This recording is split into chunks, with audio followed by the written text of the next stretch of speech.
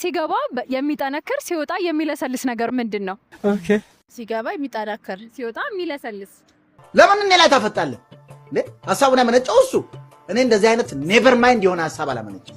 ሰላም እንዴት አለሽ? እንዴት ነሽ? እግዚአብሔር ይመስገን። ቤቲ ቁብ እባላለሁ። የካሜራ መግዛት አቅም ለሌላቸው ሰዎች የካሜራ ዕጣ እያስቆረጥኩ ነውና 3 ጥያቄ ጠይቄሽ 3ቱንም ከመለስሽልኝ አንድ ዕጣ በነፃ ሰጥሻለሁ። ምናልባት ደግሞ እድል ቀንቶሽ ዕጣው ላንቺ ከደረሰ ከፈለግሽ ካሜራውን ካልሆነ ደግሞ ብሩን ትወስጃለሽ ካሜራው በሚወጣበት ሰዓት ዕጣው። እሺ ስለዚህ የመጀመሪያው ጥያቄ ለአንድ ቀን ጾታ ብትቀይሪ ወይ ደግሞ ወንድ ብትሆኚ መጀመሪያ ምንድነው የምታደርጊው? ከባድ ጥያቄ ነው። ሞክሪ እስኪ። አባትነት ምን ማለት እንደሆነ ማወቅ ፈልግ ነበር። ሁለተኛው ጥያቄ ደግሞ የምትወጂው እንስሳ ምንድነው? ውሻ እወዳለሁ። እሺ ድምጹን አስመስይልኝ። ዋው ዋው ዋው። እሺ ሶስተኛና የመጨረሻው ጥያቄ ሲገባ የሚጠነክር ሲወጣ የሚለሰልስ ነገር ምንድነው? ሲገባ የሚጠነክር ሲወጣ የሚለሰልስ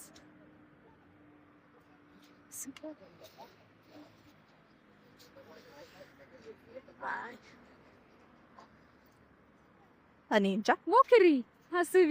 ሲገባ አንድ ጥያቄ ነው የቀረሽ። አዎ እሺ። ሲገባ የሚጠነክር ሲወጣ የሚለሰልስ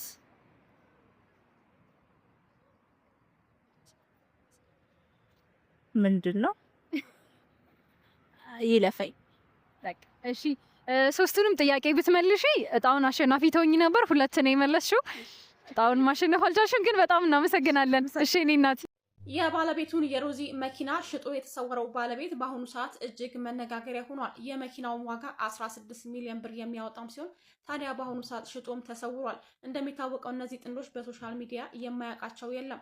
በቅርቡ ተጋብተው ትዳር መስርተው እየኖሩም ሲሆን ታዲያ ባለቤቱ ሮዚ የአሜሪካ ነዋሪ ስትሆን ረጅም ዓመታት በአሜሪካ ሜኖሮች ነበር። ታዲያ እነዚህ ሰዎች ሲጋቡ ወደ ውጪ ሀገር ለመሄድና ገንዘቧን ለማውጣት ነው ይሄ ሰው ይችን ሴት ያገባት በማለት በማህበራዊ ሚዲያ ቢሰራጭ ነገር ግን እነሱ ባሳዩት ጥልቅ ፍቅርና እጅግ በጣም የተቆራኘ ግንኙነት እንዳላቸው ሲገልጹ ማንም ሰው እንዲህ ይሆናል ብሎም አልጠረጠረም ነበር።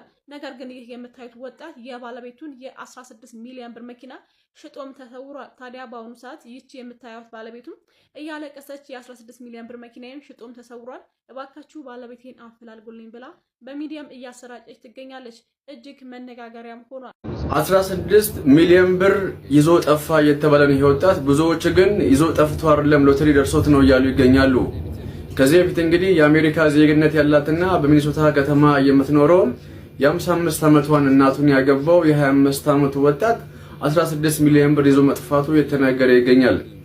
ከዚህ በፊት ብዙዎች የቀረቧት ለገንዘቧ ነው እንጂ እሷን ወዳት አይደለም፣ እሷ እኮ ትልቅ ሰው ነች ሲሉ፣ እሱ ግን አፍቅሬሽና የቀኑብኝን አግብቼሽ አሳበድኳቸው ሲል አስተያየት መስጠቱ የሚታወቅ ሲሆን አሁን ግን 16 ሚሊዮን ብሩን ድርሻዬ ነው ብሎ ይዘው እንደሄደ እየተነገረ ይገኛል።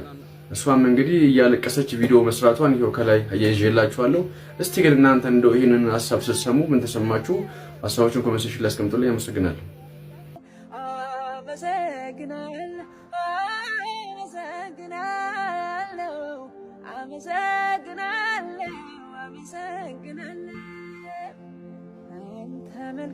ስሙኝ ወገን፣ ዛሬ የሆነ ነገር ልንገራችሁ። በእኔ ብትመጡ ልምራችሁ እችላለሁ። ብትሰድቡኝ፣ ብትናገሩ፣ በሚስቴ ከመጣችሁብኝ ግን ነው ማድረጋችሁ። ማንንም አልምርም። ሰምተኛላ። ጎበዝ ልጅ ነው ደግሞ እሱ ማለት ነው። ማርያምን በጣም ነው የምወደው። አሁንም አዎ አበቃ። አዎ እንግዲህ አይ ተፈተናም ካልጠላች አንተ ሰውዬ ተመልስ። ከዚች የተሻለች ሴት አታገኝም። ልንገር ልቧን አድስ።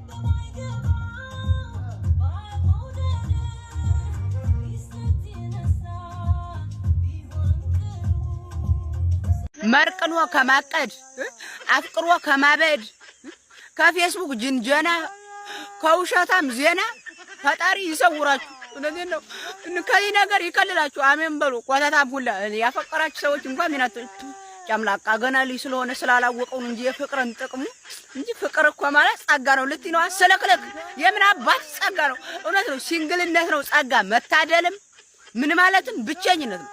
የምን አባት መታደል ነው። ገና ልጅ ስለሆንኩ ነው ስላልተረዳው ነው የፍቅር ጣም። ኧረ እባክሽ ገንዘብ መስጠት ነው ያልተረዳሁት። ሶፍት ጠቅልዬ በየሜዳው ይወጣ ማለት ነው ያልተረዳሁት። ይቅርብኝ። ከዚህ መረዳት ድድብና ይሻለኛል። አፍቅሩ ብቻ ግን ከፌስቡክም ጅንጀራ ከውሸትም ዜና መርቅኖም ከማቀድ እውነቴን ነው አፍቅሮም ከማበድ ይሰውራችሁ። አሜን የምትሉ በሉ፣ የማትሉ ቀውለል በሉ ስትፈልጉ። aujourd'hui aussi c'est un autre jour.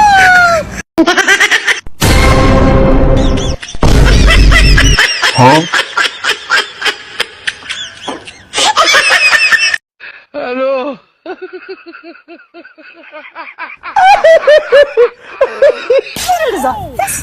ቀያሚ አባባ እንዴት ነህ? ደህና ነህ? ሁሉ ሰላም?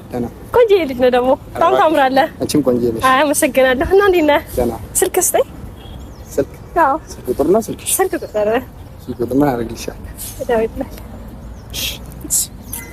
0916 43 07 04 እና ምን ላድርገው? ደውላለሁ ብለሽ አይደል? ያማል አንተ እና ምን ላድርገው?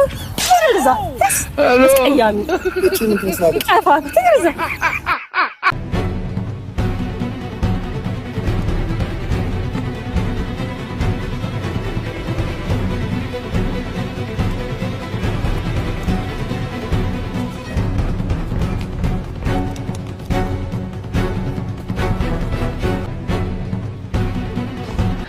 ይቅርታ አባቴ።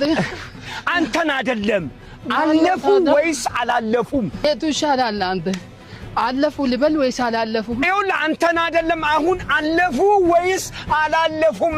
አለፉ በለኝ። የቱ ይሻላል? አለፉ በለኝ። አለፉ። አዎ በቃ ታያትም በቃ። አዎ ለምን ሮጥኩ እኔ መስሎኝ።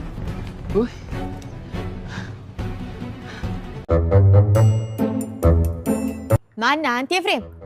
አቤት ማዘር። እኔ የምልህ እንደው አግባ ስትባል ነውር መስሎህ እንዲህ ከሰኞ እስከ ዓርብ ሴቶችን እንዳርባ ቀጅ ታመላለሳቸዋለህ አይደል?